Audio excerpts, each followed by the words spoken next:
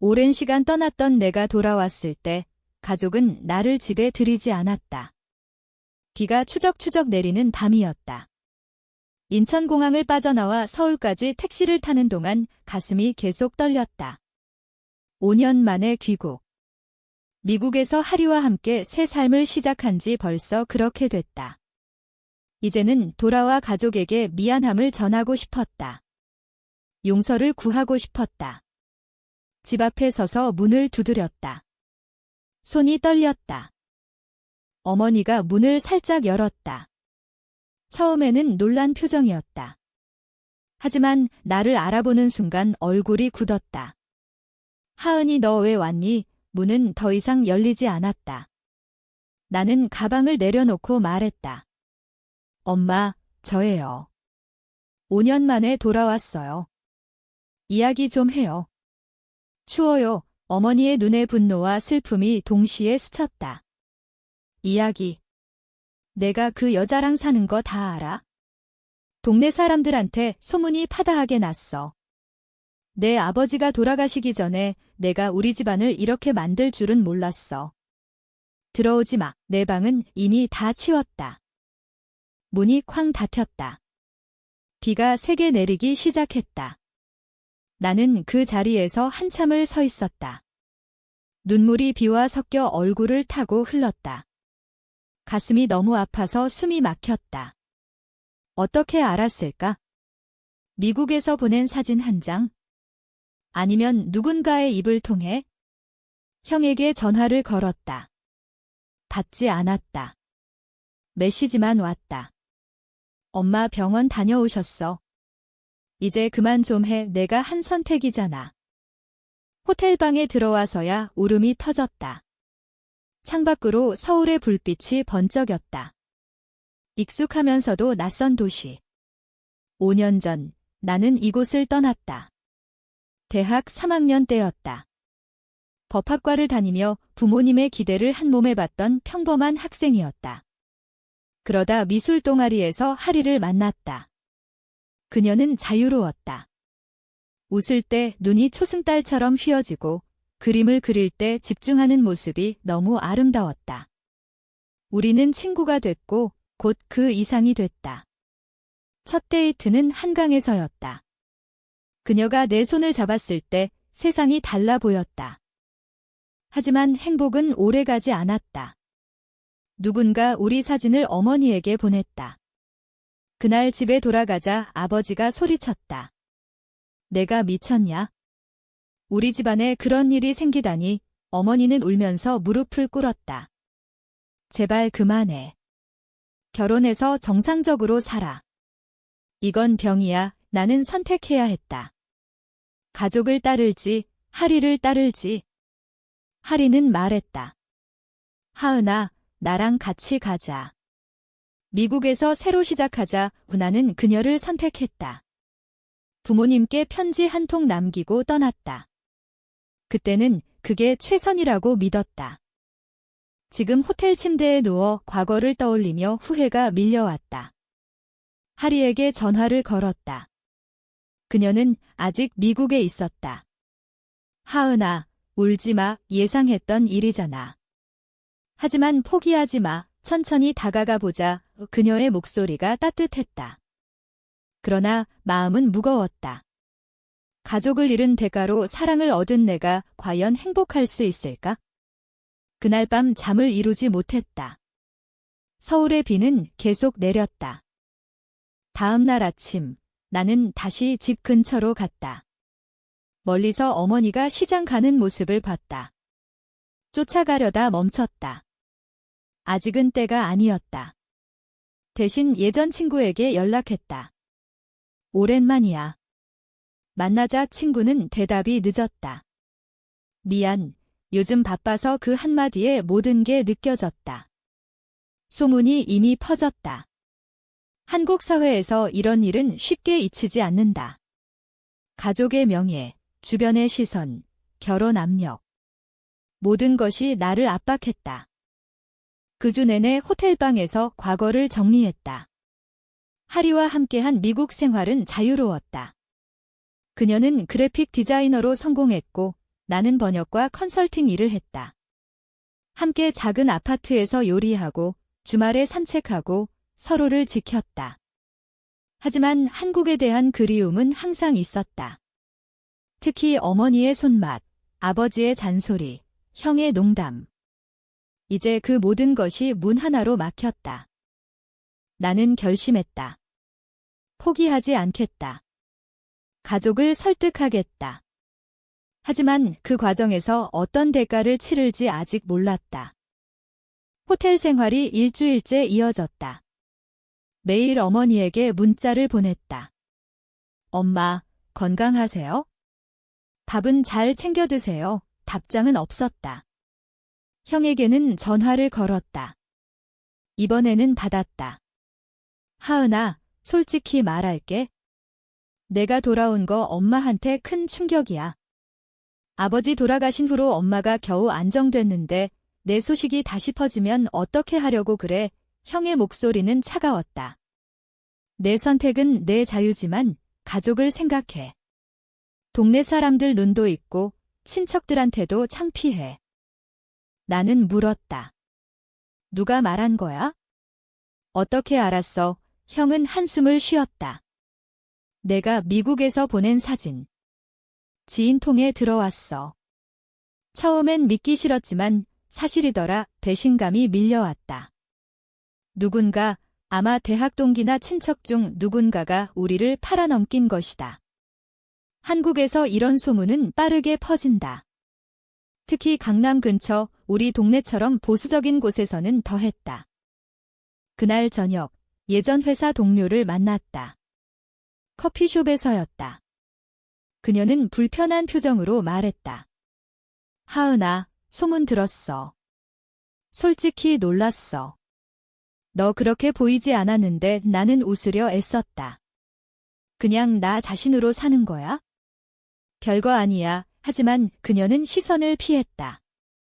회사 사람들한테도 소문났어. 복귀 생각하면 좀 힘들 것 같아. 그 말은 취업 문을 닫는 듯 했다. 사회는 여전히 용납하지 않았다. 레즈비언이라는 사실 하나로 모든 기회가 사라질 수 있었다. 집으로 다시 갔다. 이번에는 어머니가 혼자 계실 때였다. 문을 두드리자 그녀가 나왔다. 들어오지 마. 이웃들 본다고 하지만 나는 포기하지 않았다. 엄마, 5분만 이야기해요. 미안해요. 하지만 저도 행복하고 싶었어요. 어머니의 눈에 눈물이 고였다. 행복. 내가 그 여자랑 사는 게 행복이냐? 결혼해서 애 낳고 사는 게 정상인데 내가 왜 이렇게 됐니? 내가 잘못 키웠나? 그녀는 문을 닫으려 했다. 나는 문을 잡았다. 엄마, 하리는 좋은 사람이에요. 저를 진심으로 사랑해줘요. 가족처럼요. 어머니는 고개를 저었다. 가족. 우리는 피가 섞인 가족이야. 그 애는 아니야. 제발 돌아와. 정상적으로 살아. 그러면 용서할게. 그 말은 칼처럼 아팠다. 정상적이라는 단어가 나를 베었다. 한국 사회에서 정상은 결혼, 출산, 가정이었다. 그 틀 밖은 모두 잘못된 것이었다. 그날 밤 하리와 영상 통화를 했다. 그녀는 걱정스러운 얼굴로 말했다. 하은아, 너무 무리하지 마. 나도 곧 갈게. 같이 싸우자. 그녀의 지지가 유일한 버팀목이었다. 하지만 내 마음은 흔들렸다. 가족을 포기할 수 있을까? 하리를 위해 모든 걸 버린 내가 이제 다시 가족을 위해 하리를 버릴 수 있을까? 다음 날 형이 호텔로 찾아왔다. 엄마가 병원에 또 갔어. 내 때문이야. 그는 사진을 보여줬다. 어머니가 약을 먹는 모습. 내가 돌아오지만 않았어도 나는 분노가 치밀었다. 형은 나를 이해하려고 한 적 있어? 그냥 창피하니까, 명예니까 그렇게 말하는 거지. 형은 한숨을 쉬었다. 사회가 그래? 너도 알잖아. 한국에서 이런 일은 쉽지 않아. 포기해.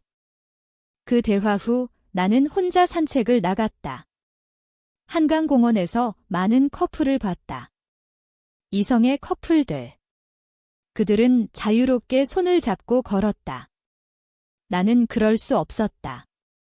적어도 이 땅에서는. 하리를 생각했다. 그녀의 미소, 그녀의 포옹.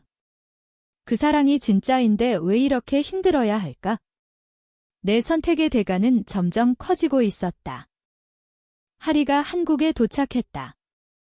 공항에서 그녀를 안았을 때 눈물이 났다. 고마워, 와줘서. 그녀는 내 등을 토닥였다. 당연하지. 우리는 함께니까. 우리는 작은 에어비앤비로 옮겼다. 서울 외곽, 조용한 곳이었다. 함께 요리하고 이야기를 나누며 잠시 평화를 찾았다. 하지만 현실은 곧 우리를 따라잡았다. 나는 어머니를 다시 만나기로 했다. 근처 카페에서였다. 어머니는 늙어 보였다. 5년 사이 주름이 깊어졌다. 엄마, 내가 말을 꺼내자 그녀는 손을 들었다. 그 애는 어디 있니? 같이 왔어. 하리가 옆에 있다는 걸 눈치챘다. 네, 엄마, 하리를 만나보세요. 좋은 사람이라는 걸 알게 될 거예요. 어머니는 고개를 저었다. 만나서 뭐 하게? 내 인생 망치는 애인데? 대화는 길지 않았다. 어머니는 울면서 말했다. 내 아버지가 살아계실 때 내 결혼식 꿈꿨어. 손자 안아보는 게 소원이었어. 그런데 너는 왜 하필 여자야? 그 말에 가슴이 무너졌다. 나는 설명하려 애썼다. 사랑은 성별로 정해지는 게 아니에요. 하리가 저를 행복하게 해줘요. 엄마도 저 행복한 거 보고 싶지 않아요. 하지만 어머니는 행복은 가족과 함께일 때야 라고만 되풀이했다. 집으로 돌아오는 길에 하리와 싸웠다. 처음이었다. 하은아, 너 계속 가족만 생각하네. 나도 지쳐. 미국으로 돌아갈까? 그녀의 눈에 피로가 가득했다. 나는 변명했다. 미안해. 하지만 가족을 완전히 포기할 수는 없어. 그날 밤 우리는 서로 등을 돌리고 잠들었다. 관계에 금이 가기 시작했다. 형에게서 연락이 왔다. 엄마가 친척 모임에서 내 이야기를 했어?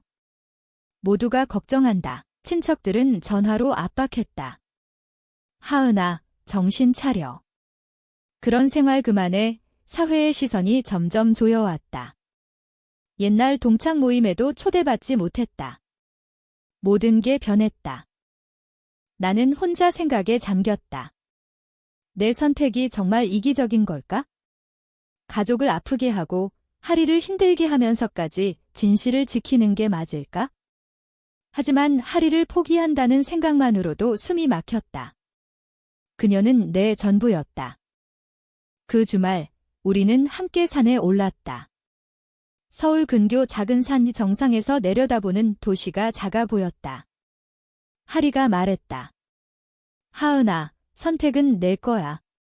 하지만 나도 기다릴 수 있는 한계가 있어. 그 말은 경고였다. 나는 그녀의 손을 잡았다. 함께 이겨내자. 포기하지 않을게. 하지만 마음속으로는 여전히 갈등했다. 고비가 왔다. 형이 큰 모임을 열었다. 친척들이 모인 자리에서 나를 설득하려 했다. 하은아, 내가 잘못 생각하는 거야? 치료받아. 정상으로 돌아와 그 자리에서 나는 폭발했다. 치료. 제가 병이 아니에요. 그냥 사랑하는 사람을 만난 거예요. 하지만 그들은 듣지 않았다. 어머니는 울기만 했다. 더 충격적인 건 배신이었다. 대학 동기가 형에게 우리 관계를 처음 알린 사람이었다. 미안해, 하은아. 가족을 위해 한 일이야. 그녀의 말에 배신감이 극에 달했다. 친구조차 가족 편을 들었다. 한국 사회에서 혈연은 그만큼 강했다. 하리와의 관계도 악화됐다. 그녀는 말했다. 너 계속 가족 때문에 흔들리네? 나 혼자 싸우는 기분이야. 우리는 큰 싸움을 했다. 너는 가족을 포기할 수 있어? 나는 못해. 내가 소리쳤다. 하리는 눈물을 흘렸다. 그럼 나를 포기해. 그게 내 선택이야. 그날 그녀는 짐을 싸려 했다. 나는 그녀를 붙잡았다. 가지 마, 제발. 그 순간 깨달았다. 선택의 시간이 왔다. 가족을 위해 하리를 잃을지, 하리를 위해 가족을 잃을지, 둘 다 잃을 수도 있었다. 밤새 고민했다. 아침에 하리에게 말했다. 미안해. 내가 약했어. 이제는 너를 먼저 생각할게. 우리는 다시 포옹했다. 하지만 상처는 남았다. 형이 다시 찾아왔다. 엄마가 내 물건 다 버렸어. 이제 진짜 가족 아니라고 하셔. 그 말은 최종적이었다. 나는 울었다. 모든 걸 잃었다. 직장 기회, 친구, 가족. 남은 건 하리뿐이었다. 그날 우리는 에어비앤비를 정리하고 새로운 곳으로 이사했다. 작은 원룸. 함께 시작하는 새 삶, 하지만 대가는 컸다. 어머니의 건강, 형과의 단절, 사회적 고립. 나는 매일 죄책감을 느꼈다. 시간이 흘렀다. 우리는 서울에서 작은 스튜디오를 열었다. 하리는 디자인 일을, 나는 프리랜서 번역을 했다. 함께 사는 일상이 안정됐다. 하지만 가족 생각은 여전했다. 가끔 어머니 집 근처를 지나치며 멀리서 지켜봤다. 그녀는 더 늙어 보였다.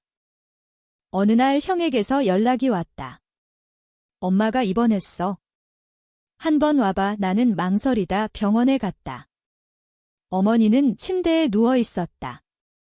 하은아, 그녀의 목소리가 약했다. 내가 행복하니? 나는 고개를 끄덕였다.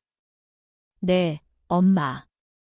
하리와 함께 행복해요. 어머니는 한참 말없이 있다가 말했다. 그 애 잘 대해주렴. 하지만 너무 자주 오지는 마. 비우들 눈도 있고 그건 작은 양보였다. 완전한 수용은 아니었지만 문이 조금 열린 느낌이었다.